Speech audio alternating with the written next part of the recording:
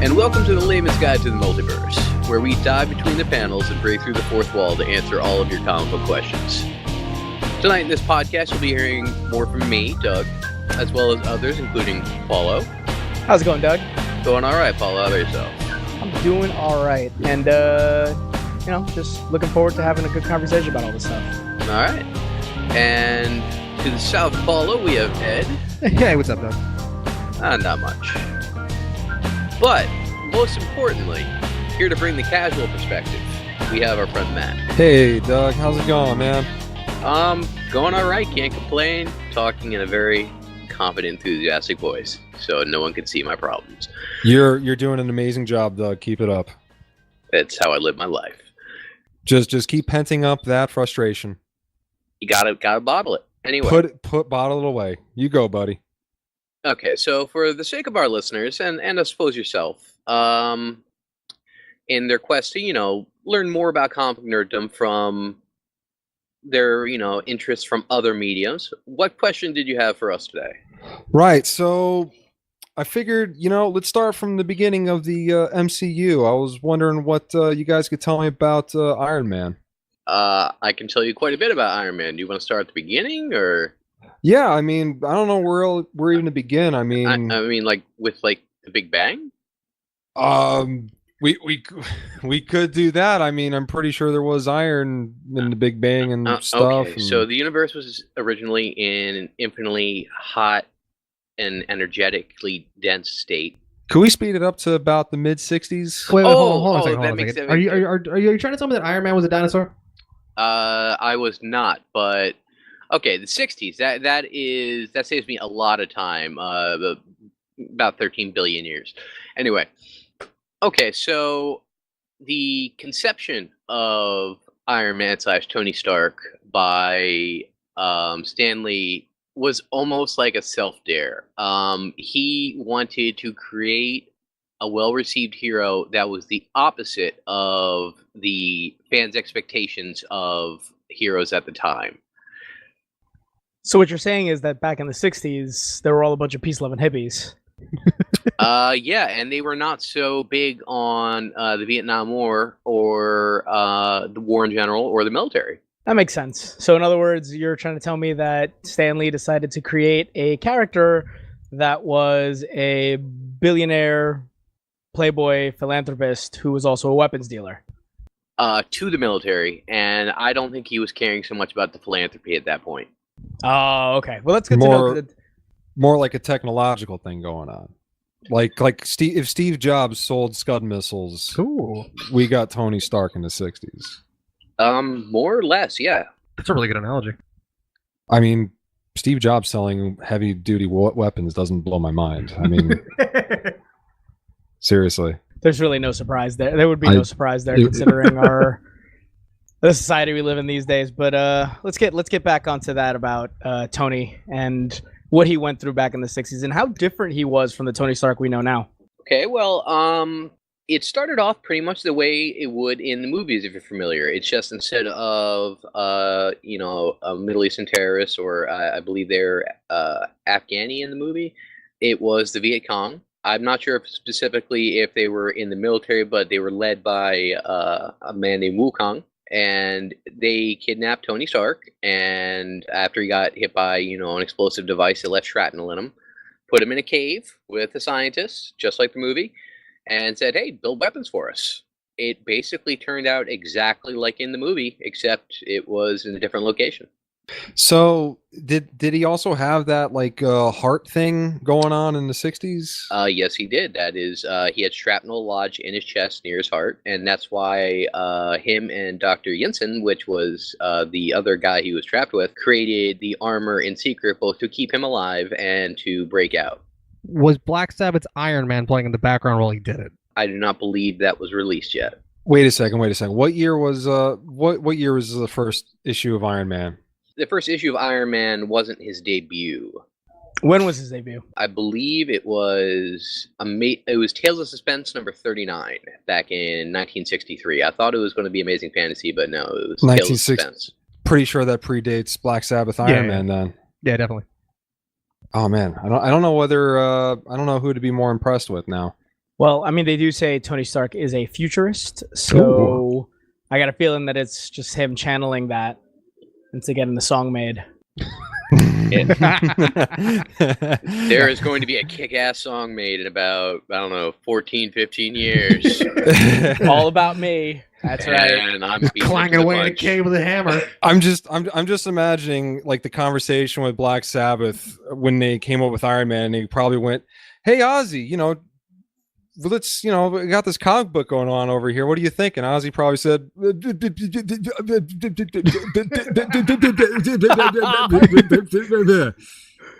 and his wife translated. Somehow it became Iron Man. I don't care. I don't care about the origin story of that song as long as it exists. I'm pretty sure it went something like that. Yeah, I'm 100% positive that's how that happened. I mean, the stories about him are pretty insane. But anyway, though, we've already gone way off topic. So all right, so we have Iron Man, or rather Tony Stark gets trapped in a cave, builds the Iron Man suit, busts out. So where does he go from there? All right. They had Iron Man stories in Tales of Suspense off and on throughout until 68. And basically, besides a one-shot with the Submariner, who's a character for another time, he made his solo debut in Iron Man #1, which was not made until 1968, 5 years after his creation. So it took 5 years for him to get his own book? It did. Well, he had stories that were taking place within Tales of Suspense. Remember, Spider-Man was created in Amazing Fantasy. Yeah, that was actually going to be my next question. Was Iron Man or Tony Stark featured heavily in Tales of Suspense? I honestly can't tell you how heavily. I know he was involved, but little hint for our listeners, I was not alive in the 60s. What? Why not, Doug? So you're saying you're not an immortal vampire? God damn it, Doug. Jesus, man. Hey, Paolo, first off, that doesn't prove that I could just be a young immortal vampire. No, so basically for the 60s, he did a great job of coming into existence, eventually getting his own series. His popularity took off enough to give him his own series that lasted quite a while. Also one of the founding members of the Avengers. So, yeah, so how does that come into the mix? Because again, in the movies, he's kind of like, I forget if he's like one of the original members of it or the founder or something like that. He's kind of the face that runs the place, yeah? In the movies, yes. Yes, in the movies. In the comics, the Avengers are actually formed by Ant-Man and the Wasp. Yes. Hank Pym Ant-Man? Or... Yeah. Okay, yeah, that's right. Because Scott Lang was not around yet. Right. Nope. Another big difference from the cinematic universe we'll go into at another point, but Hank Pym is not an old guy in the regular continuity. He is his own character. So yeah, existed, became popular in spite of him representing everything the fan base hated, and leading founding member of the Avengers. So, all right. So then we have Iron Man in the 60s, you know, busting out, doing his thing, joins the Avengers. I assume he probably does that for the majority of the 70s. And we could easily cover just the Avengers in an entirely different podcast. We could, but I will say that like DC Justice League has what they consider the Trinity, which is Superman, Wonder Woman, Batman. The Avengers also has their own Trinity, which they consider to be Iron Man, Captain America, and Thor. Yes. Ah, gotcha. All of them represented in the movies pretty well. Yeah. Gotcha. So, all right then. So now here's another silly question, actually, though. I always see the early drawings of the Iron Man. He's wearing like, kind of looks like a weird Tin Man sort of thing. Like it's not very refined. Like when did a modern Iron Man design start to like appear? I want to say it was shortly. I want to say he was only in that old armor for a couple issues. Am I wrong? Okay. No, I feel because I remember in the first issue of Avengers where they're actually formed the Avengers, he's still in that Tin Man suit. Yeah. He's got that weird like giant like armor condom going on. Armor and con. I can't get any STDs. for listeners out there who can't really picture this, the movie's Oh, no, I'm sorry. actually That would have been VD back in the 60s. Excuse me. yeah. He's But got for the listeners, VD. for listeners who can't really picture what this costume looks like, you don't have to. The movie did it for you. Yeah. The ramshackle piece of armor he built in a cave was designed to look pretty much exactly like his original suit of armor did. Yeah, I feel like the only difference is in the movie it's silver and not gold. Yes, I think it was silver in his original appearance too. I could be wrong about that, but it was gold in Avengers #1. Gotcha. Was it gold? Oh yeah. You're right. If I'm remembering that picture correctly, that iconic cover correctly, where it's like this really weird looking Hulk, very old looking Iron Man with the yellow suit, and then the Thor back when he had like the flowing blonde hair and the helmet. Very Yeah, that that big winged helmet. I'm thinking Yes. back to like the early drawings of Iron Man. All I could think of is like a walking iron lung. You're not wrong. Yeah, you're not You're wrong. not wrong. He did. It's like a giant deep sea diver kind of thing going on. You know what I mean? Yeah, and I think fans felt that as well. You are right, Ed. He did not wear that very long. He was already in his more modern red and gold thinner suit by Tales of Suspense 58. Oh. Now, who was Iron Man fighting for most of this time? Because I mean, like in the movies, I'm trying to remember. In the first Iron Man movie, he was fighting. Jeff Bridges. It was Jeff Bridges. Yeah. But yeah, right now It was just Iron Man versus the dude. It was the dude. He's Tony Stark stole the dude's rug, and the dude was out to kill him. That's your opinion, man. It brought the room together. It did. Not for nothing. With Tony Stark's origin, I would love the idea of the dude versus Tony Stark. Like, well, because Tony Stark was supposed to be the anti-hippie, according to right? Douglas. Exactly. That's what I mean. It would work. Oh my god. All right, so back to Disney, what we were talking rehire about James Gunn. Let's do beforehand. this. Back to what we were talking about. So throughout the 60s and the 70s, it was just a kind of a status quo for him to do a superhero bit, be the technology guy for, I'm assuming, for most of the Marvel Universe at the time. Yeah, when did he develop his drinking problem? So, I mean, that's one of the things that they kind of touch upon in the movies. Mhm. How do we get to that drinking problem that we see, and a lot of people talk about as being one of the defining moments of the character? I think the funny thing about this is that it was not meant to be such a huge part of his character, and what is considered the Iron Man story arc that defines his character in the comic books was at the time not taken that seriously. I'm sorry to interrupt, but isn't that the reason that Robert Downey Jr. even took the role as Tony Stark? Oh, it completely is, because he was like, "Yeah, I'll do Iron Man as long as you keep the drinking problem in," because that was something he could relate to. And then they took the drinking problem out, but they kept paying him very, very well. Yeah, basically they dealt with it a little bit in the first and second movies, and then Disney acquired Marvel, and they literally nixed the plan for them to really dive into the alcoholism in Iron Man 3, which is kind of a shame. No, I mean, wait, as Disney does, you know. Now I think I know where you're going with this, Paolo. That's this is one of the few Iron Man comic books that I've actually read. I actually read it on Doug's recommendation. It's what, Demon in a Bottle, I think it was called. Yes.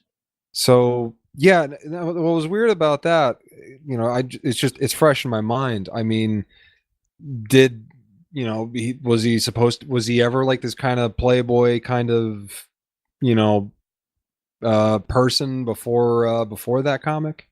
You have a Playboy, yeah.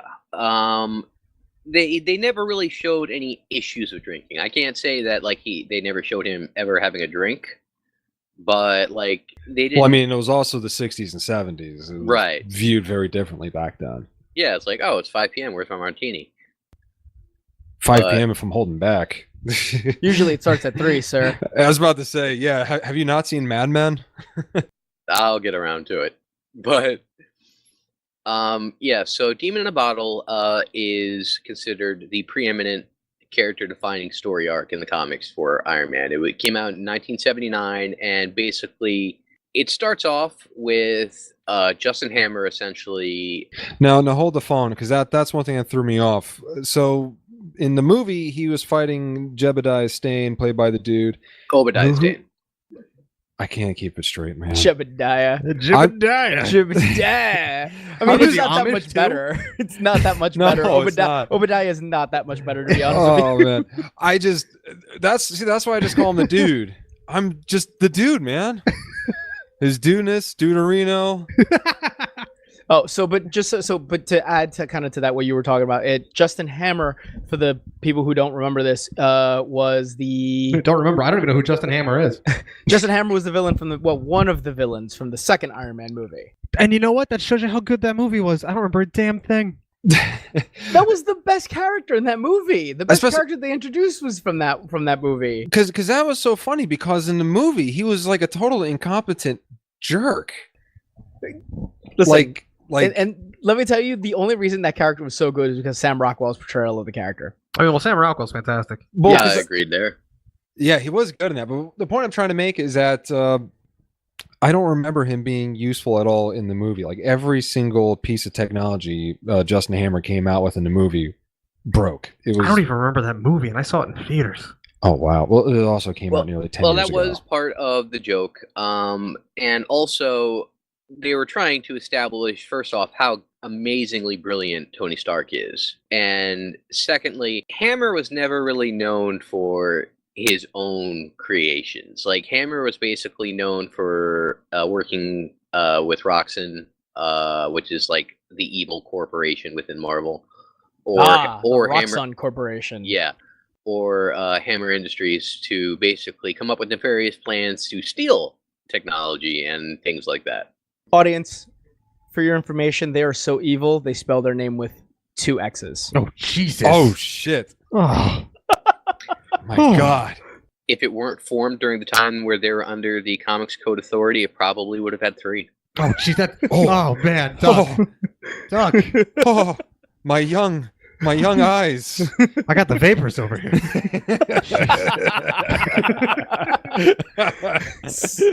All right. So back to Demon in a Bottle. So now, you're saying You Justin kinda Hammer. the right way? What exactly did Justin Hammer do to kind of get Tony to? I don't know. Like, so what exactly happened? How did the drinking problem come to the forefront? Okay, well, they had shown that he'd already been drinking a bit to deal with his stress. He loves the hooch. Yes. But you know what's really stressful is when a man Being hungover. Yeah, that's stressful. But now imagine an enemy screwing with your armor and making its repulsor discharge on its own, killing an international ambassador. Oh man, that sounds like the pits. Yeah. So Tony Stark is stuck in this situation where it looks like he just flat out murdered an ambassador. And he's like, okay, how do I fix this? Okay, first off, All right, guys, I step promise number- that wasn't me. Yes. Step 1, I'm gonna get out of the armor. That wasn't me. Promise. Cross my heart. Hope to not go to jail. Yeah. So he gives up the armor, and then he basically has to go on the run. So wait a second. How does Tony Stark give up his armor? Does he just take it off then and there? Yeah, basically. What is he doing at the UN with wearing full armor? Like, I think that's a fair question, right? Oh, actually, again, I just read it. I remember. Basically, that ambassador, he was a fan of Iron Man. Oh, that makes sense. Okay, he probably requested it, yeah. And he requested it Okay. because one of the weird things in the comics and the movies was, like how the first Iron Man ends and Tony Stark's like, "Hey, yeah, guess what? I'm Iron Man. I'm Iron Man," and then in that story, nobody knew. Right. Okay. He was trying to play off as a bodyguard. Okay. Oh, okay, that's right. That's why he would have like the suits kind of function on their own without any outside help, so that he can keep up the appearance of, hey, Not this yet. Not is being my Iron Man. bodyguard. Oh yeah, so I'm guessing that the second movie then, that's kind of where they're drawing the inspiration from with like the suitcase armor. They're drawing inspiration from a lot of sources. His tech evolved so much over the years, but we'll get into that after this. So he gets he's put on the run. the police don't take him in. But they demand he turn over the armor because him claiming that wasn't him. So he had to go on to run armorless, stress drinking. At this point, he gets personal hand-to-hand training combat experience from Captain America because he's like, hey, without superpowers or armor, maybe some basic self-defense would help. He basically then tries to figure out who did this and how, and as he's doing this, he just keeps spiraling further and further into his alcoholism. Because, I mean, I can see how that would make sense, though, because the Tony Stark that from the movies, he's a very, very confident, very cocky kind of guy. He's suave. Yeah, he's always in control. So, like, from what you're explaining with his suit getting hacked like that, again, I read the comic recently. From what it seemed like, it was mostly about him being like, oh my God, what if I'm not always right? Yeah, it's pretty much the polar opposite of the portrayal in the movie, I mean. Yeah. It's time to panic! Yeah. It was a complete downward spiral in every sense. Well, I mean, between the stress and the drinking and the hangovers and possibly the pill addiction. I don't remember there being any pills. Did he have a pill addiction? I mean, I wouldn't be surprised. I don't believe so. No, anyway, but yeah, that's what happens, and his then girlfriend Bethany Cabe, former girlfriend, sorry, ex-girlfriend. Well, my apologies, but yeah, Bethany Cabe basically kind of tries to help him through it. And shares a personal story from her past about losing a loved one to addiction, and says that she won't let this happen again, and tries to help Stark quit. Does it work? Temporarily. Oh, okay. Yeah, because that was the weird thing about that comic was that Whiplash was a total bitch in that. But he was like a rocket surgeon. Listen, Whiplash is always kind of a total bitch. I think the only reason that they got an interesting person to play him is because that's the only way to make him interesting. I guess, but it was just funny because I remember reading Demon in a Bottle on Doug's recommendation, and I was just like, oh, Whiplash is such a little bitch.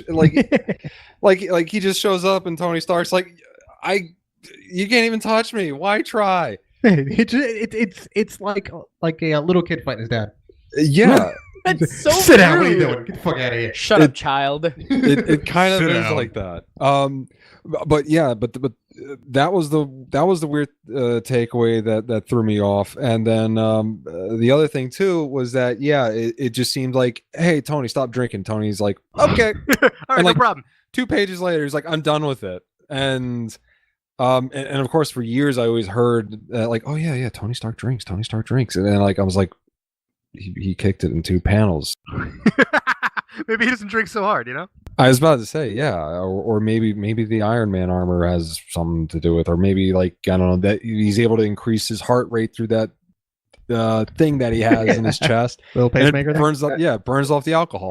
Well, remember what I had told you, right? You would think he's this billionaire genius that he'd be like, not only have hangover cures, but like he'd Solve be able to solve alcoholism with his yeah, money. Yeah, right? Just like, oh man, God, this is a missed opportunity. I'm really messed up. Oh, let's just. Oh, I feel better. Like, I mean, like, dude, the Russians had like those. They had those pills that you can take supposedly during the Cold War. You took the pill, and apparently, like, you wouldn't get a hangover and to stop you from being drunk. Right. It like why couldn't Tony Stark have that? It's a missed opportunity. Well, anyway, to get back to what you're asking about how quickly it seemed to end, remember that the writers of the storyline did not intend for this to be like a character-defining trait, even though... which is why he just kind of kicked it in 2 panels, yeah? Right. It was supposed to be, like, alcoholism was the villain of the storyline. So it was as if... How does Iron Man beat a villain he can't punch? What? I said, how does Iron Man beat a villain he can't punch? Ah, there you go. Yeah. Yeah. Or shoot with laser beams. Ooh, there you go. I told you Repulsor already. beams. He turns up his pacemaker and he burns off the alcohol.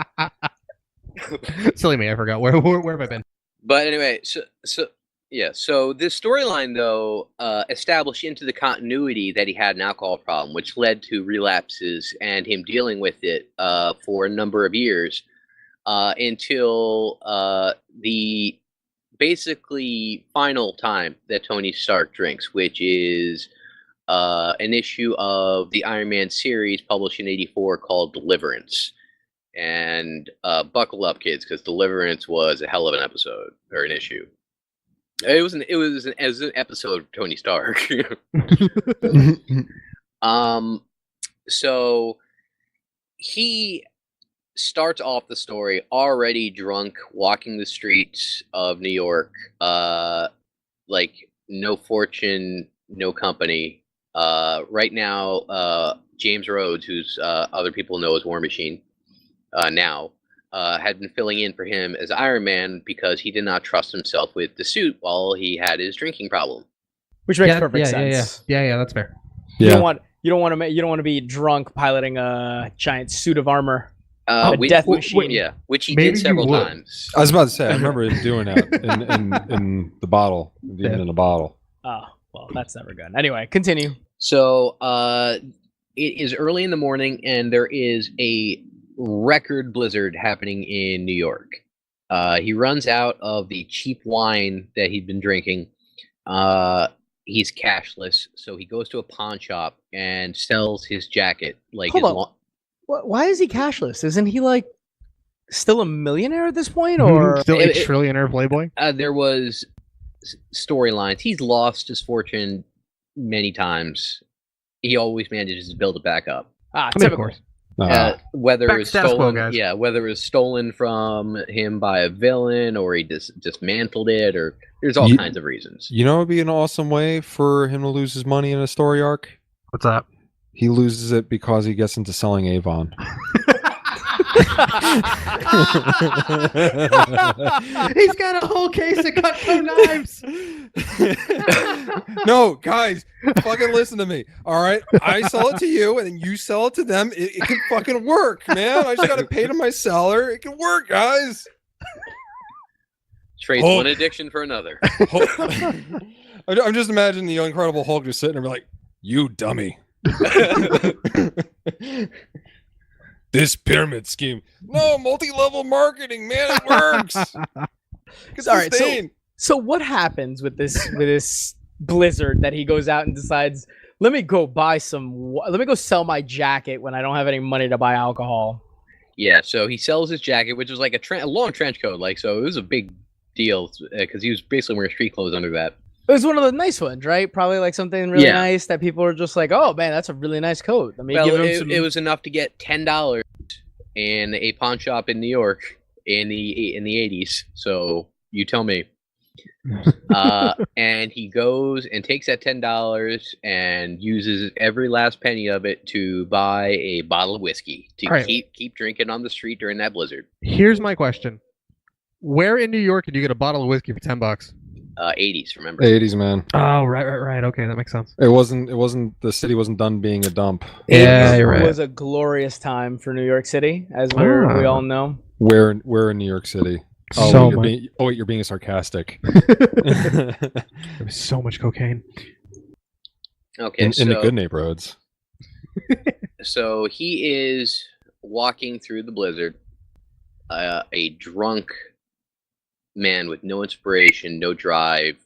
It is his rock bottom. When he runs into a woman he knows named Gretel. And Gretel is a junkie that he had met. And she was pregnant. And as she finds him on the street, she starts going into labor. Tony Stark. Awkward. Yeah, right. Stark drops the bottle of whiskey and that was maybe half full and it spills. And at least he's being optimistic about it. And basically helps deliver the baby. Gretel dies during birth. And Tony Stark just basically keeps the newborn baby huddled between himself and the corpse of Gretel to keep it warm in the blizzard until cops finally find them. Tony Stark being, severely sick and injured from exposure. The woman obviously already dead, and the baby miraculously okay, because that's what happens when you're in a comic book. Yeah, when you take your priorities into perspective and realize that sandwiching a baby for life is more important than whiskey. So what happens to this baby? He lives and is of no consequence to the future of comics ever. Missed opportunities. Yeah, another throwaway in the history of Marvel Comics. Good job, Marvel. Clap it up. Yeah, but it took Tony hitting rock bottom, having another addict friend die, and him bringing a new life into this world to basically realize, I'm at rock bottom, and not only that, but I want to live again. And he asks Rhodey for help kicking the addiction, and he doesn't drink again. And when you say Rhodey, you mean James Rhodes? War Machine? Yeah, James Rhodes. Sorry, he calls him Rhodey. Right. Ah, okay. For a second I thought it had a rock star Rhodey. or remember I think it was with Jeff Jarrett, his sidekick Rhodey. Double J, Jeff Jarrett. And the Rhodey would eventually become the Road Dog. Oh my god, that's right. Oh my god, I did not realize that. I forgot that. What a step up in life. Right? No, it was also they actually feuded over who actually sang With My Baby Tonight. Turns out Jeff Jarrett was lip syncing the whole time, and it was the Rhodey doing all the vocals. What? Yeah. Oh my god. We are going off the rails. If you didn't watch WWF in the 90s, you're missing out. Actually, I thought it was WCW. No, that was WWF. That was WWF. All right, now we are way off. We are way off. All right, and with that, we need a break. Let's take it down at rock bottom. Something that's always bothered me. Why does he still go by Iron Man? I mean, think about it. You're a bad guy. You're like, oh man, this Iron Man guy is probably going to come show up. All right, let me come up with some sort of weapon that can melt iron. And he freaking shows up, and he's got that crazy titanium, aluminium, whatever the heck it's made out of. It's like, dude, that's false advertising. That's not cool. Pretty sure the bad guy's got a lawyer around that could probably sue Iron Man. Be like, dude, you're false advertising. Not cool, man. You gotta change yourself to titanium alloy, minium, whatever, inium, man. There's a lawsuit waiting to happen from Black Sabbath. And we're back. Guys, we're talking Iron Man. I am Iron Man. No, that was terrible. I'm sorry. What was that supposed to be? That's the song, man. You don't.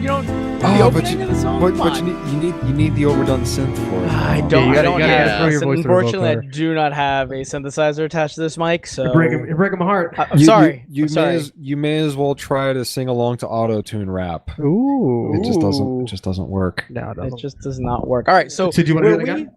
No, we're good. No, I want that left in there. Yeah, please. Let me embarrass myself. That's fine. However, yes. We were talking about, and very importantly, talking about Deliverance and where that left Tony Stark. Right. So we're somewhere in the mid '80s right now with Tony Stark, Iron Man. He's been an Avenger forever. Had a drinking problem, kicked it, and now we're in the mid '80s. What's left? The 90s. Really? The early 2000s. Yeah. I don't look forward to getting into the 90s myself. But was there anything we can relish on that happened in the 80s before we dive into the fustercluck that is the 90s? Oh, I mean, I think we can relish a hot dog or maybe a burger. Or I'm trying to think of what else you can put relish on. The 80s was the beginning of the decline of the comic industry, specifically Marvel. And then the 90s was when it really just kind of Marvel got desperate. Yeah, they did. Things got weird. Yeah, weren't sales really good, and then not. Yeah, actually, the industry as a whole, the death of Superman, the overprinting of that, and DC overprinting things in general really crashed the market. So what you're saying is DC Comics is the blame for a lot of the industry's problems. The industry's problems, but Marvel's problems were that they couldn't come up with a good idea. So it's like DC had all the good ideas and just too many things to buy. And Marvel was just like, fuck. I feel like I'm missing a joke here, but my lack of comic book knowledge is keeping me out of it. But we won't go into that because that sounds like it's a totally different topic for another day. Because all I know about the 90s is that was when there was pretty much any comic that was worth its salt was getting a cartoon, and I know Iron Man was no exception to this.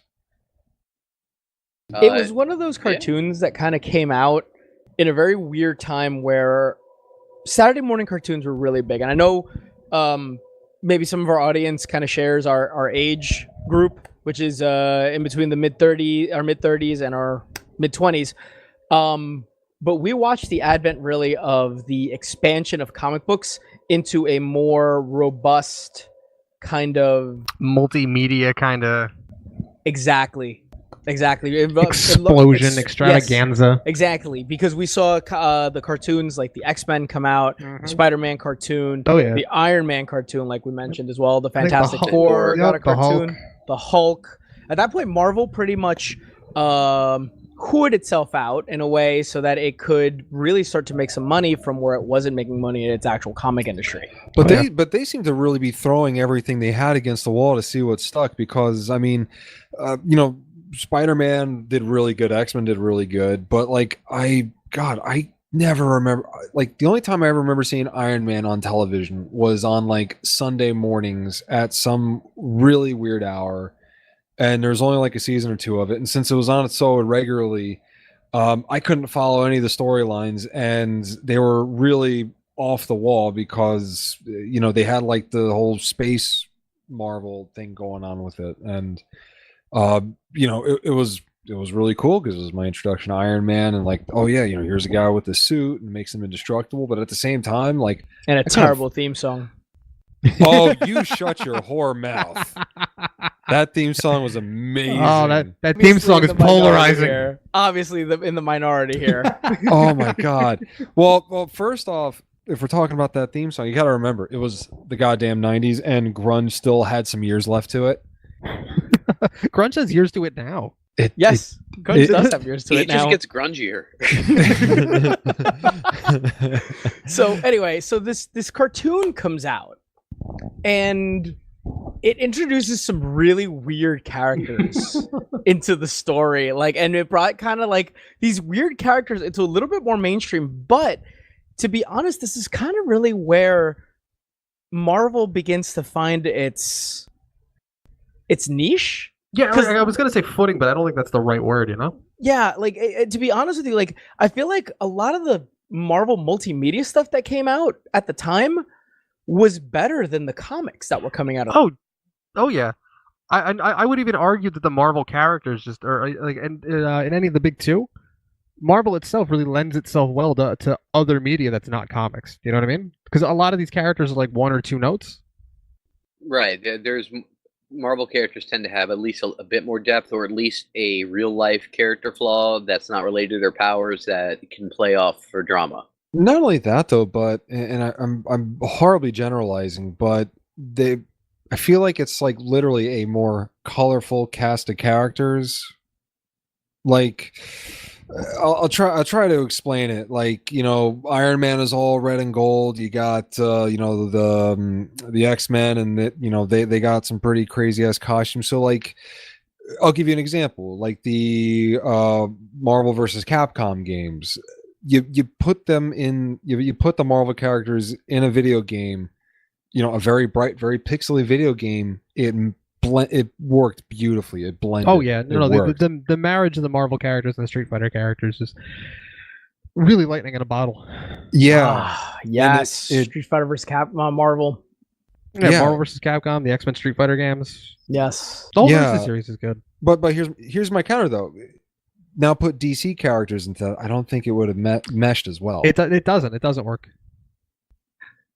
No, and really it doesn't work. I mean, I don't want to say costume wise or even character design wise, but just like even power and scope wise, it just doesn't work. Nobody wants to see Superman getting into a punch fight with Ryu. You know what I mean? Yeah, that ain't going to end well. Well, people didn't seem to mind the Hulk getting into a fist punch with Ryu. You know what though? I still buy that more than I do Superman. You know what I mean? I kind of do too. I suppose, but honestly, I think it like I said, I buy it more. All right, I'll just give it to you. Well, so we see the 90s. The 90s is kind of an explosion. The 90s and into the early 2000s, this expansion into multimedia. Did a lot change for Iron Man during that time? Like I recall there was like some kind of really weird storyline where some Marvel characters were killed off and then brought back from an alternate universe, I believe. What was the name of that storyline? That was the Heroes Reborn storyline, and let's. Yeah, we'll kind of just gloss over that and just say that it was really weird time. History should gloss over it. Yeah, but it brought back a lot of these characters, these Marvel characters. It was like a soft reboot where it brought them back into a kind of a younger place, kind of a more youthful kind of situation. I don't want to say it was them trying to be like a hip and cool thing, but like. So are you trying to say that this was like Marvel going Poochie? Say that again? Poochie. You remember that Simpsons episode with the dog? I'm trying to think if I don't know. They weren't trying to make in Heroes Reborn. They weren't trying to make everything more edgy or anything. They were just reimagining for the sake of it, but not really changing anything. Wait. Were they? Was it? We're talking 90s here. So was it an extreme reimagining? Not really. Not for some. Okay, thank God. That actually kind of came later in 2000. We'll talk about that in a minute. But anyway, but the end of Heroes Reborn, when the continuities remerged and they kind of got the soft reboot, they made a young Tony Stark who had never went through any of the problems that the older one had, and even the alcoholism. Yeah, and he's drinking wine spritzers instead of Johnny Walker. Yeah, and it was a 90s dude, Zima. And they just tried to play it off. It was just like, hey, young Tony Stark. And he's like, hey, he's got none of the character or memories or flavor or vices or sins of the past. And yeah, here he is. And fans are like, okay, so what does that leave us with? Oh, wait, nothing. You just took away everything from the character. Oh, thanks. Yeah, so man. It didn't work out very well. Now, isn't this around the time where we now get the advent of the Ultimates, if you will? See, there we go. That's an extreme reimagining done brilliantly. So what you're telling me is that Marvel kind of screwed the pooch. They're like, hey, we're going to make a reborn Tony Stark, and just like seriously, the story writers just dropped the ball. They dropped the ball that hard. Yeah. Wow. I'm speechless. I was expecting this to go somewhere. It's like, oh no, they decided to give him like superpowers. Like no, it was just they reimagined him and it just failed. It's really that bad. Yeah. God, the 90s were weird. Weird and powerful. So now is this where we finally get into? No, this is where we finally get into the actual Tony Stark that we know and love from the movies. Yeah, the MCU. Yes, here we do. With the Ultimates. Doug, do you want to kind of just gloss over what that line was in general? I'm sorry, say that again? Do you want to just gloss over what the Ultimates line was in general? Oh, of course, sorry.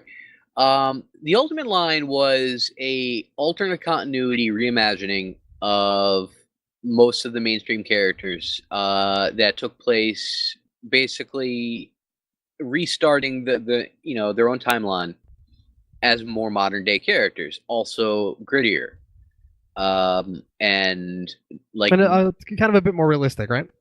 Yes. And it started with the Ultimates, and now a lot of people like to complain that Robert Downey Jr.'s portrayal of Tony Stark he's not Tony Stark. He's just playing Robert Downey Jr. wearing armor, and I would disagree because I believe that he borrows heavily from the version of Tony Stark in the Ultimates universe. He even kind of looks like him, doesn't he? Oh yeah. Yes. Yes. I know for a fact, A fact. that Ooh. the character of Nick Fury from the Marvel Comics movies takes his appearance and actually his characterization from the Ultimates Nick Fury. Oh yeah, that's actually in Samuel L. Jackson's contract. That he has to look like that. Oh no, that when they went to get the rights to draw him like that in the comics, in that contract, he was like, anytime there's gonna be Nick Fury in a movie, I get to play him. They were like, done. Not a bad deal. Not a bad deal at all. Well, Yeah, because if you pick up the Ultimates and you read through it, Nick Fury isn't just black. He's clearly Samuel L. Jackson. Oh, 100%. And this happened in 2002, years before the movies. oh man, that's when the first Spider-Man movie came out. Was that really? It's been that long. Really? 2002. It's been that long, my 2002. God. Because Jesus. you want to know how I remember? Because kids in my one of my computer classes in high school, freshman year, we downloaded the trailer for it, and I started school in like early September of 2001. And we were downloading the trailer for the Spider-Man, and it was the original trailer where they still had the Twin Towers in it. Oh, jeez. Oh my God, yeah. And then then 9/11 happened, and then they had to reshoot a good chunk of the movie because there's going to be plot points around it. And then so that's how I always remember Spider-Man was 2002. Yeah. That's a weird time. Right? It really was. Weird, it was weird time. It was a good time though for superhero movies to be coming out.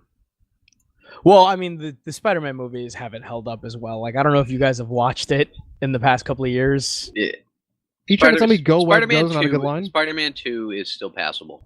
Spider-Man 2 was really good, but yeah, no, I hear Paolo there, but again though, but the movies, the formulas, all the superhero stuff, it's been mastered now. But like back then, what superhero movies did you have to compare it with? Men in Black. That's a graphic novel. Oh. Men in Black was a great movie, though. Men in Black I don't even care. Men in Black was a great movie. Yeah, I can't compare it against a comic. I never read it though. But it apparently only had like 1 or 2 issues or something. Oh wait, you were being serious? I was not aware of this. Oh no! Men in Black was a Marvel movie.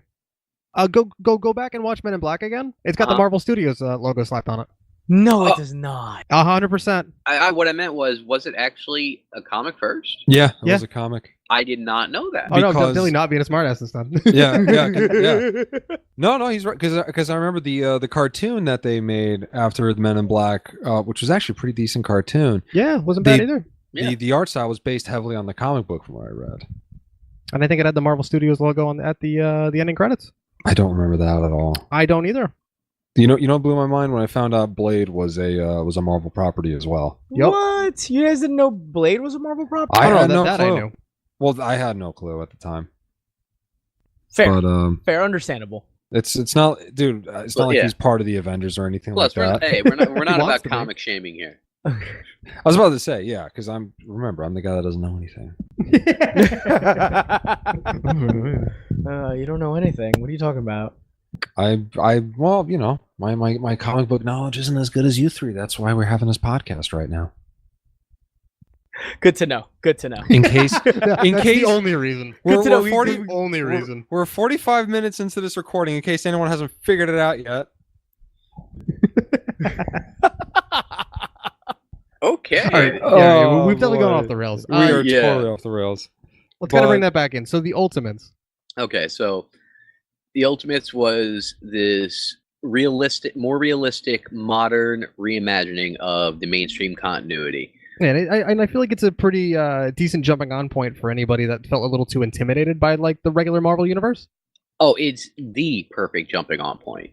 Yeah, you don't need 75 years worth of history to jump in and read everything here. Right. Everything's Basically, a fresh new take. Yeah, because there was the which was Ultimate Avengers, and there was also Ultimate Spider-Man, Ultimate X-Men, Ultimate Fantastic Four. Then they had various Ultimate Specials and whatnot, but they were all fantastic until the very end when But Well, that's a whole nother episode for yeah, itself. exactly. But I could honestly rant about Jeff Loeb for an hour, but that's we're getting off the rails again. no, that's We're why really good I at that. mumbled out at the end. But anyway, I'm just saying, fantastic jumping on point for any character that is represented in that line. Oh yeah.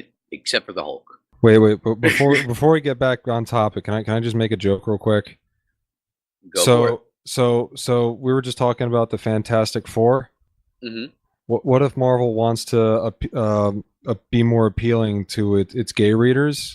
Where's this going? So what they're going to do is they're going to make a special comic for Thor, and they're going to call it the Fantastic Thor. Okay.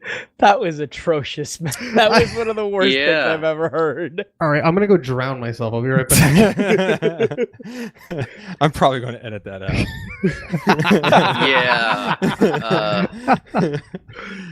Yeah. No, we don't want. No. No, nobody likes my puns. I'm going to take my puns and go home. I often like your puns, not that one. It wasn't. Was it too in Thor taste? Okay, damn it. That was so bad. That was atrocious. All right. Anyway. Are you trying to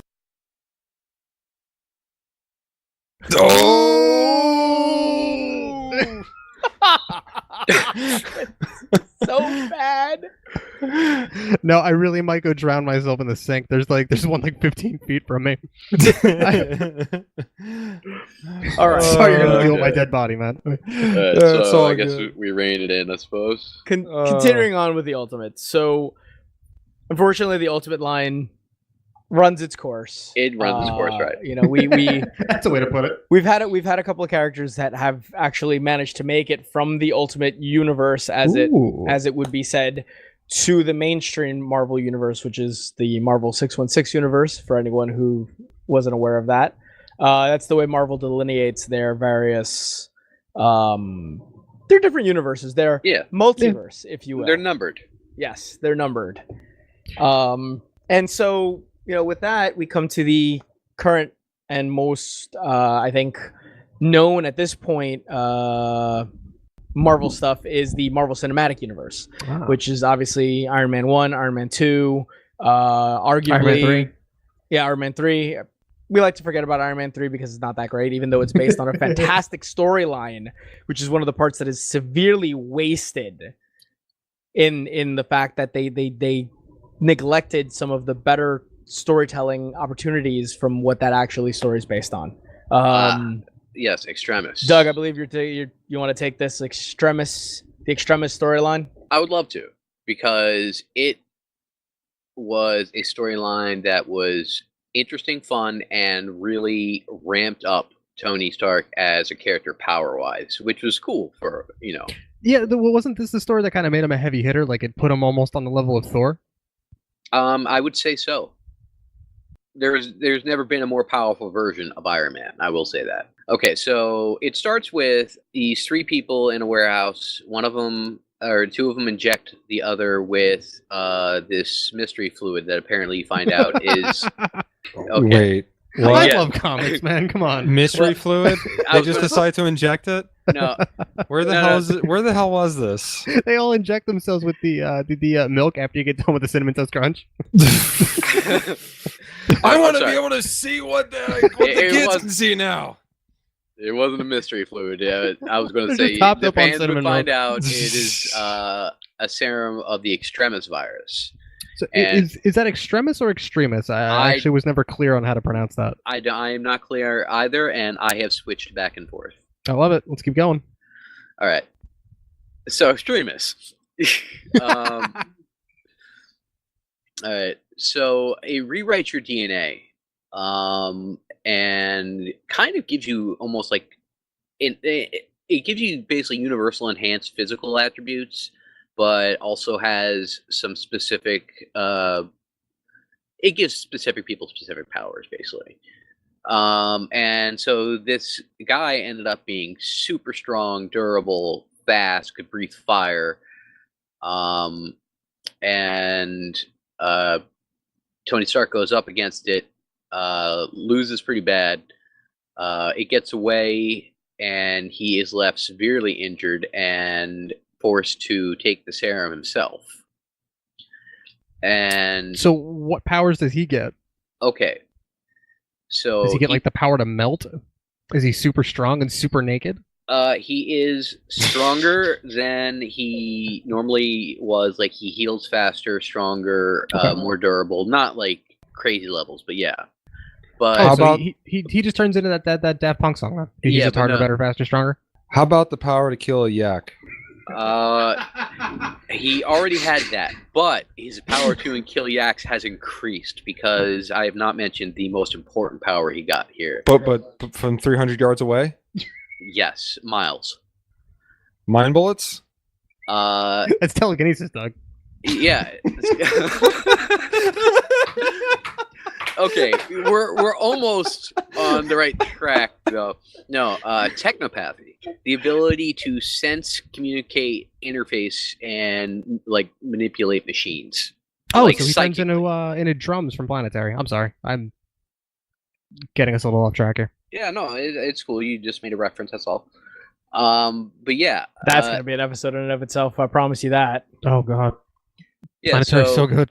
He has basically access to technology wherever he is. Like, I remember a scene where he was outside of a bank being robbed, and he's just looking through its cameras, like in his, like HoloLens. He didn't have to hack or anything. He just accessed it. Oh wait, Doug. So you're telling me that Tony Stark just turns into Facebook? Yeah. That's awesome. Ooh. I totally want to inject mystery fluid and become Facebook.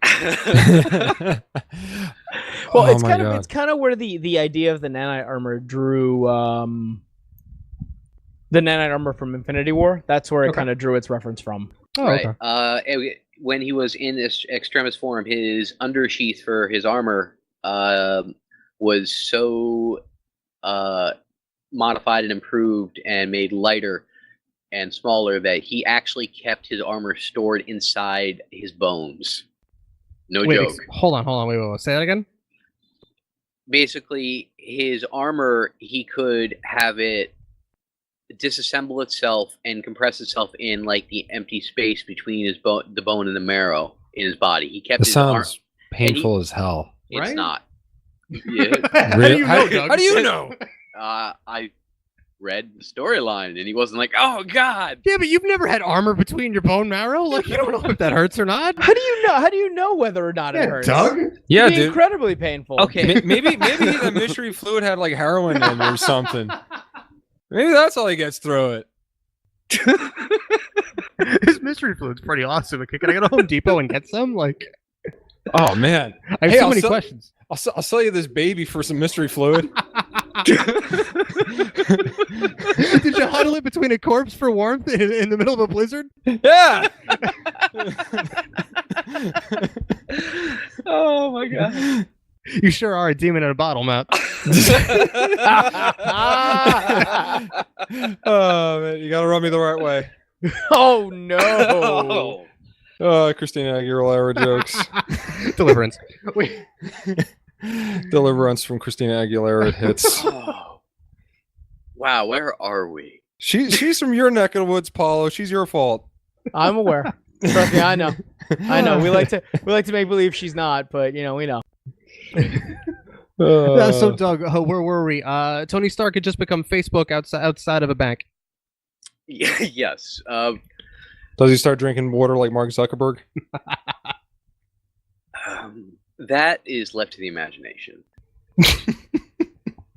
No, he uses his upgraded powers, beats the initial infected guy, keeps the virus because it's all benefit for him, and he basically kind of stays that way until I think it was the Secret Invasion. I think was the one that screwed that up for him, but I could be wrong. Now, what So- was Secret Invasion? Remind us all. That was a big 7-issue story arc that took place in the entire Marvel universe, where the Skrulls had invaded Earth and had certain agents. Skrulls can shapeshift, for the record. Had certain agents that have replaced certain key figures and heroes on Earth for the last several years, and we didn't know about it. And Skrulls, just to be clear, they're an alien race. Yes, they are. All Oh, dude, it's like that Roddy Piper movie. right. It's totally They Live. I'm here to chew bubble gum and kick ass. Yeah, They Live. Great movie. I do love that movie. That is a great movie, though. So okay, so does Tony Stark develop the sunglasses and run around with a shotgun to defeat the Skrulls?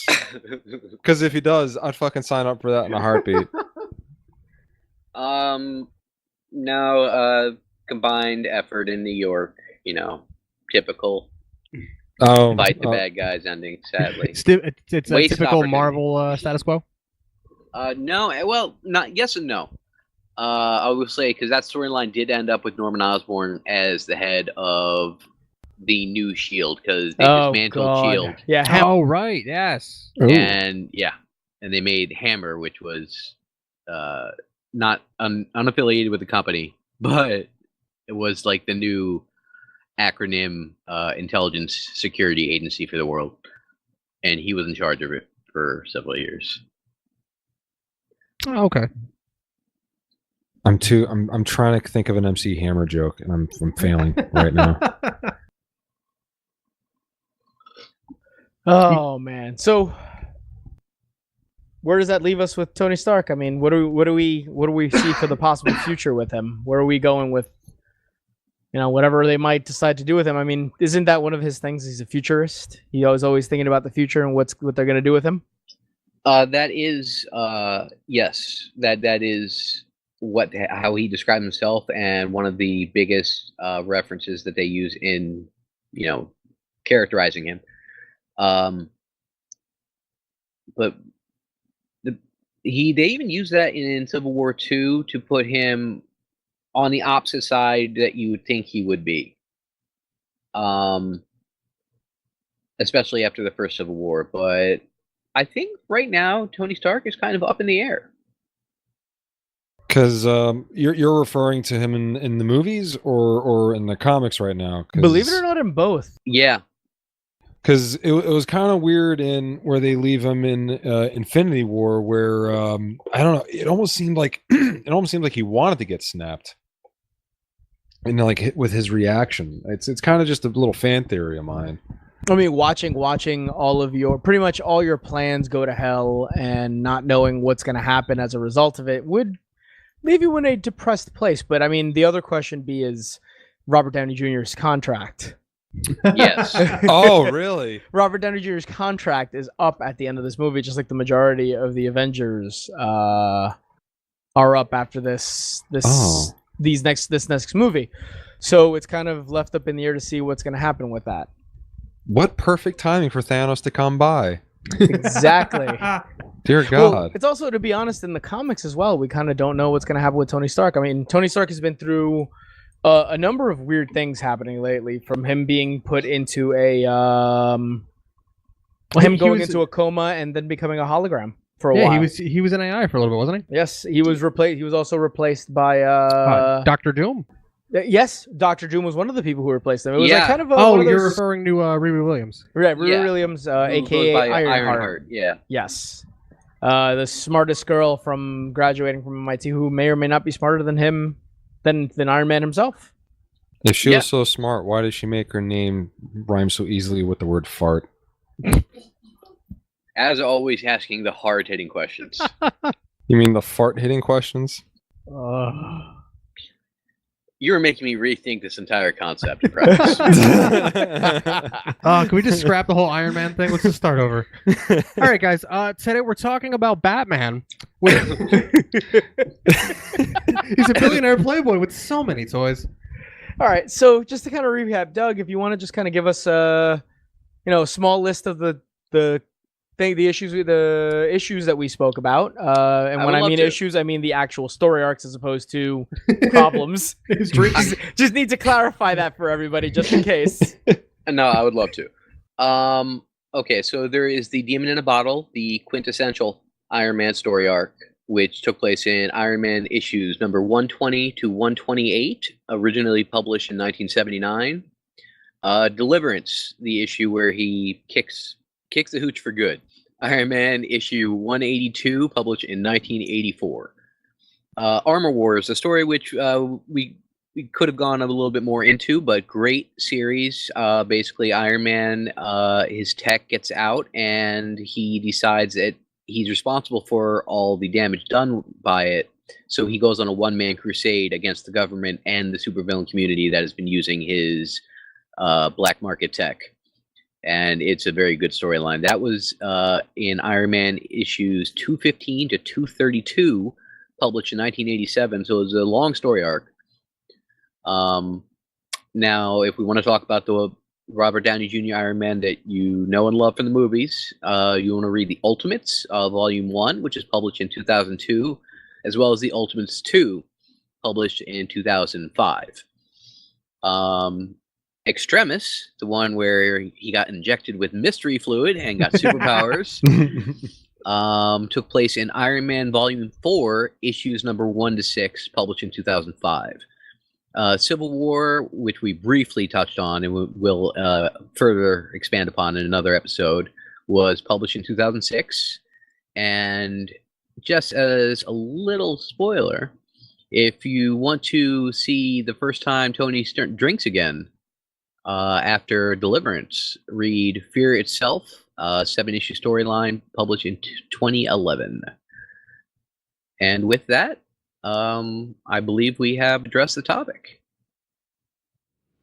Well, Matt, I hope you came out of this knowing a little bit more about Tony Stark than you walked into. Oh, I learned a lot. I want to thank you guys a lot for your time on this. So, yeah, let's sign off. Say goodnight, Doug. Good night. Edward. Oh, have a great rest of your night, guys. And Paolo. You guys take care. And this is Matt signing off. Have a good one, folks.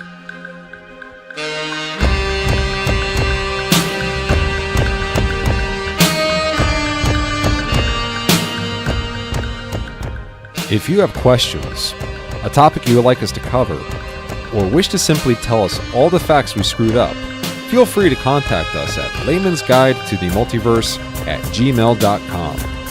Also, feel free to visit our website at laymansguidetothemultiverse.com.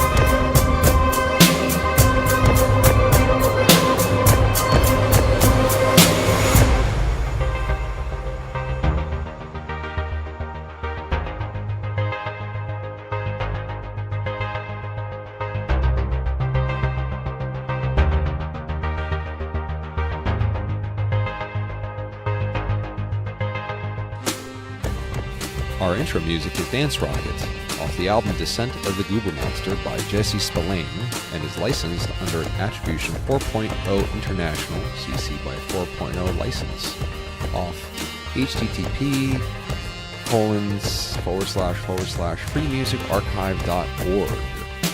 Our intermission music is Crinoline Dream by Kevin MacLeod on Incompetech.com, licensed under Creative Commons by Attribution 3.0 license, http://license/by/3.0/ and our outro music is Miami Nights Extended Theme, also by Kevin MacLeod on Incompetech.com, licensed under Creative Commons by Attribution 3.0 license, http://creativecommons.org/license/by/3.0/